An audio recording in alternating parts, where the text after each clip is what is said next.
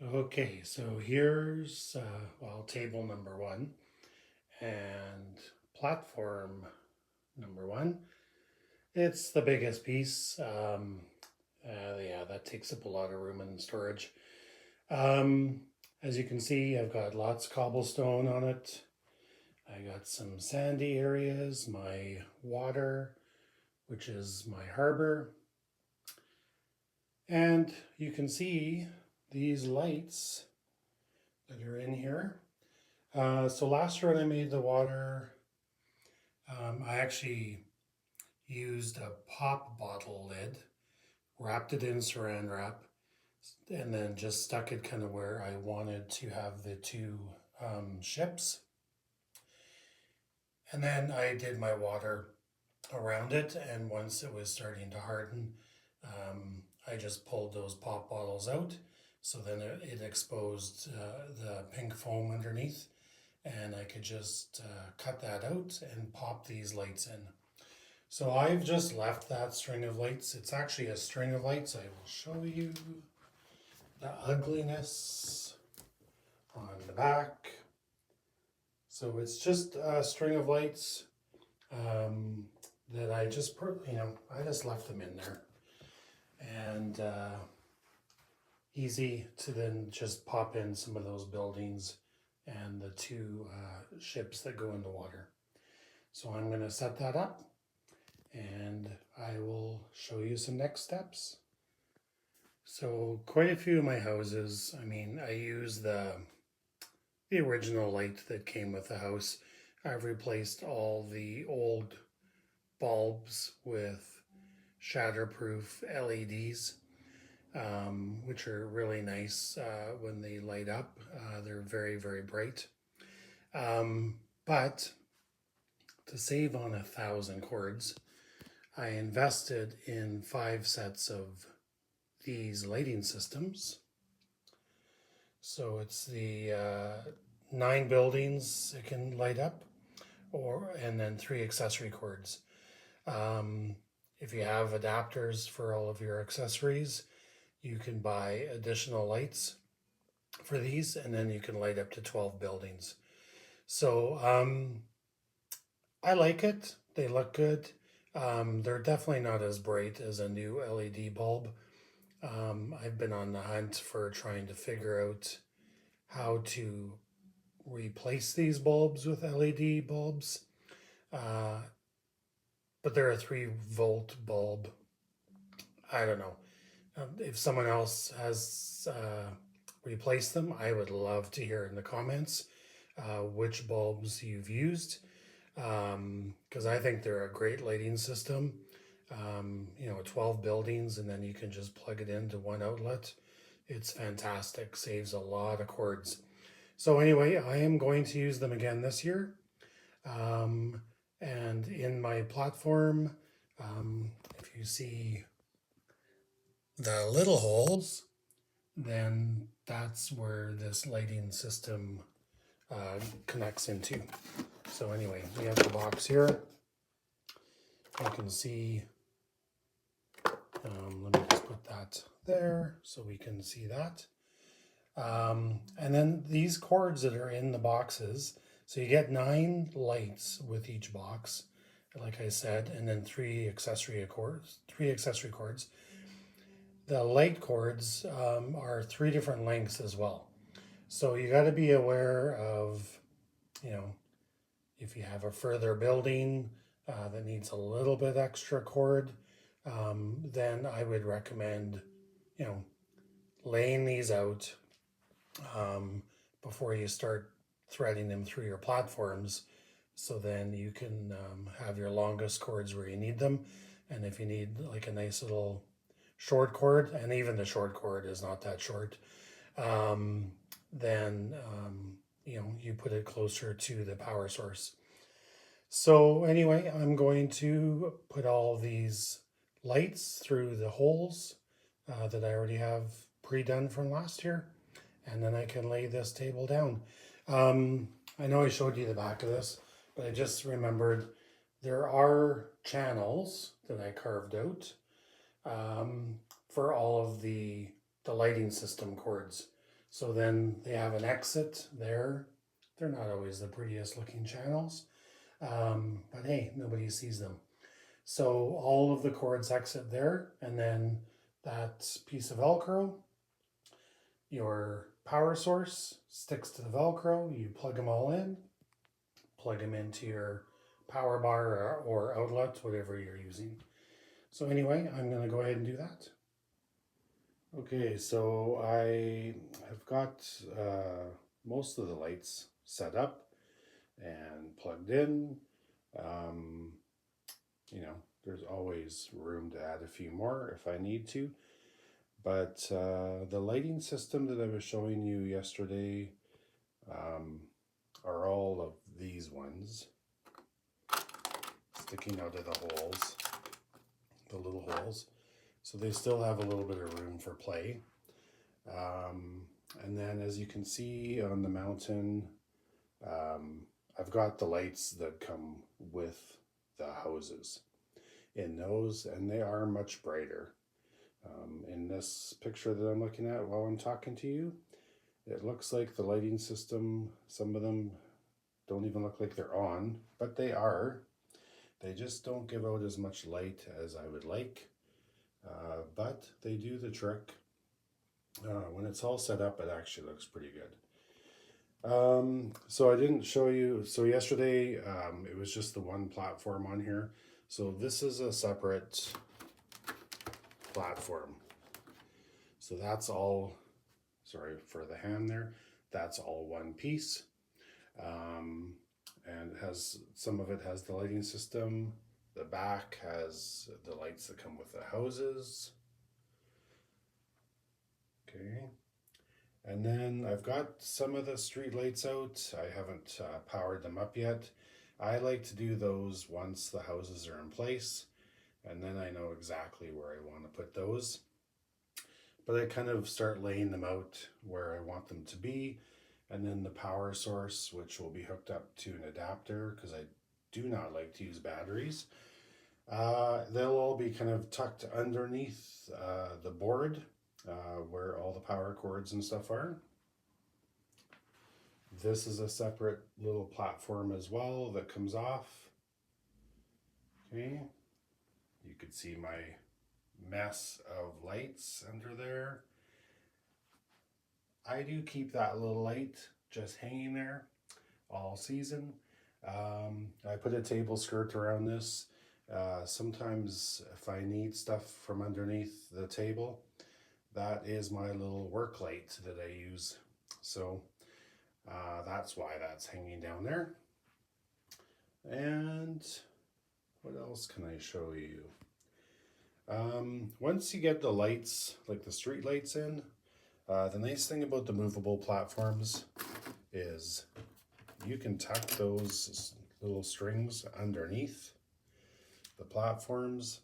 I like the fact that they're white wire. I did my cobblestones with kind of, instead of a black base, I did them with a white base. I just find it hides the wires. It's a Christmas village, so it's kind of frosty and snowy. And then obviously I add snow to those as well. So it really hides the wires as much as possible. I don't really like to see wires. So even something like behind the lighthouse here, you know, right now I can see that wire sticking up, but that's easy to fix with filling in with trees or bushes or anything like that. And that'll hide those wires for sure. So I am going to start wiring this platform up here, and then I've got the table to do. I've got another table to do. I've got my other table that goes here to do. Lots of wiring to do still. And then, you know, I can't just work on one thing at a time. So I'll start placing some of these houses, especially back in the far corners, where once I get tables situated exactly where they go, that's a really hard place to reach. You know, if you want to start adding details. So I need to do that earlier than later. Anyway, I'm going to continue on, and I will show you a little bit more once I get some more progress done. Okay, so I'm just going to continue on some lighting tricks that I do with the actual lamp posts. So in this particular table, I'm using the Boulevard lights from Department 56, and don't mind that, it's not pushed together yet, but you can see them, how I've done them here in this part of the village as well. So I'm gonna put this on the tripod and hopefully can give you an idea of what I do. So before setting these up, I always recommend that you power them up and make sure they actually work. So I'm using an adapter here. Yes, they go on. So that's good. So I've done this setup before. So obviously when you do something similar every year, it becomes easier and you know exactly what you need for your lights. For the street lamps in this section, it's got 8 buildings and then a Christmas tree that goes here in the middle. I switched out the buildings this year just for something a little bit different. But I know with 8 buildings, I personally like to have 1 light per building. So you need 2 strings of lights because they come in a set of 4. So I kind of lay them out like where they're generally going to go. And then once I figure that out, I start at the end. I set up one of the lamps, like I stand it up. And I want to use these pins. So I'm going to use those pins to secure the lamp base to the bottom of the styrofoam. And you can see they have kind of a little curve in them, a little bend in them. So that goes perfectly over the top of your lamp base and holds it in place. So I'm going to start with this one. Hopefully that's not very focused.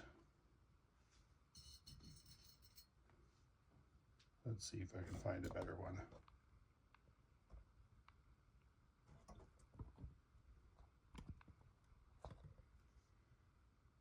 Let's try this one.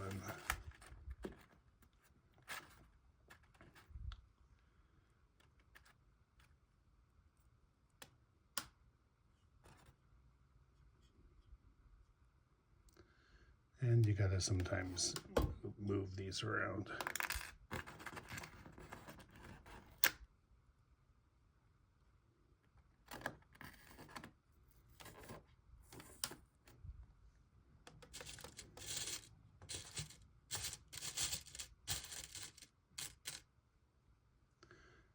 I do 2 per lamp. And I just kind of go over the wires. And I secure them in place, just like that. These additional wires, they can easily slide underneath the building. So when you're done all of that process, hopefully you don't have any exposed wires. And if you do, a little bit of snow will cover that up. So I'm just going to see if I can show you some over here. See, that one's covered with snow, but the wire, like there's a little bit of wire there, but that'll have snow on it as well. But you can really not see the wires.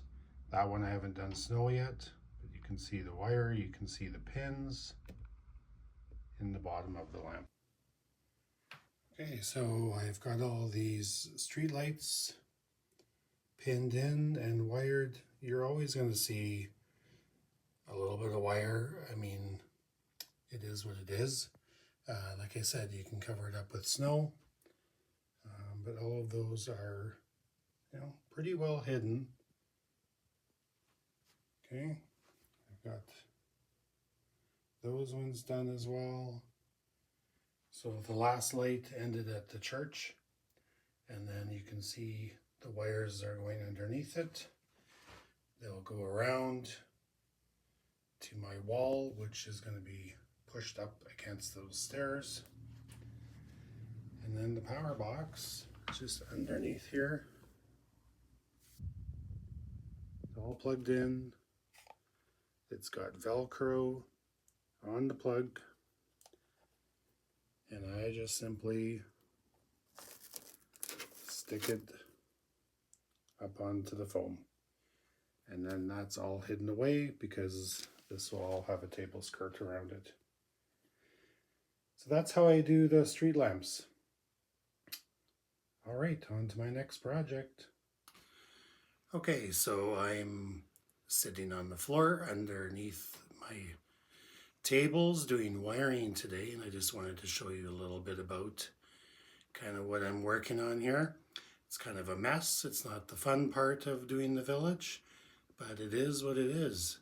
So I'm going to just show you a few things, and then I'm going to get back to work doing the rest.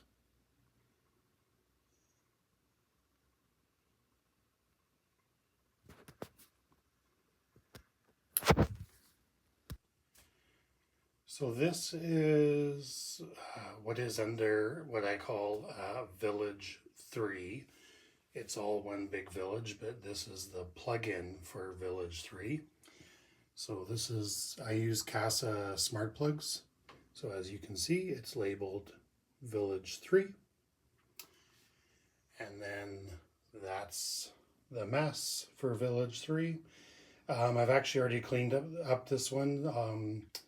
I tie all the cords somewhat together so they're not dangling all over the place. I do have a cat that loves to sleep underneath the tables, especially once the table skirts go on that hide all of this mess. He just loves it under there. So he likes to kind of not chew on wires, but he definitely likes to play with them. And I find when they're kind of bundled up, he does less of that. So that's why all the twist ties as much as I can. And then this is the power for Village 3. And that's the adapter that does all the street lights for this part of the village. Moving down. Sorry about my Proxxon there. I usually use all of this space for storage for all my crafting toolboxes and stuff, so they all go underneath before I put the table skirts on. So that's Village, what I call Village 2. So it's all kind of plugged in the same way. And then Village 1. I have not done yet. So that's what it looks like without tying all the cords together. This one has way too many power cords. So I've actually ordered 2 more of the same power cords that I use in Village 1 or Village 2 and 3. And so those are coming today, and then I'll clean all this mess up, and there will definitely be only 2 power cords instead of 3. So yeah, I'm going to get back to that. Speaking of the monster, there he is.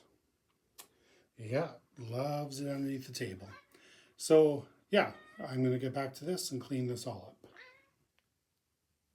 So I just wanted to wrap up the lighting demonstration with showing you how easy it is with smart plugs to light up your village. Like in the previous segment, I had mentioned that I use Casa smart plugs. And I've got my village divided into 3 sections. So Village 1, 2, and 3. And so I have 3 smart plugs to run this village. The dining room tree is also on a smart plug. So I can turn that on and off with my iPhone or my iPad as well. So yeah, and you're also getting a sneak peek of the village. So this is Village 1. So one flip of a button on an app and that comes on. Okay. That table is Village 2.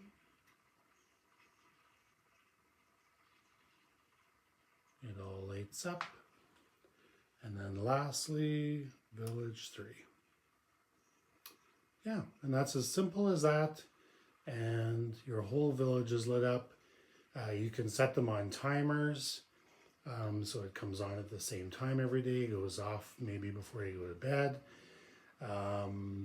Yeah, I've turned them on from work, and my work is 30 minutes away, and I can turn all these lights on. So that's just some of the ways that I light up my village currently.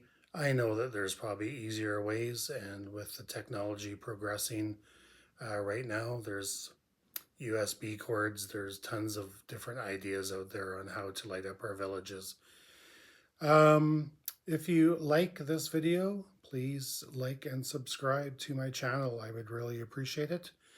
And that's all I have for now. I hope everyone takes care, and thank you again for watching.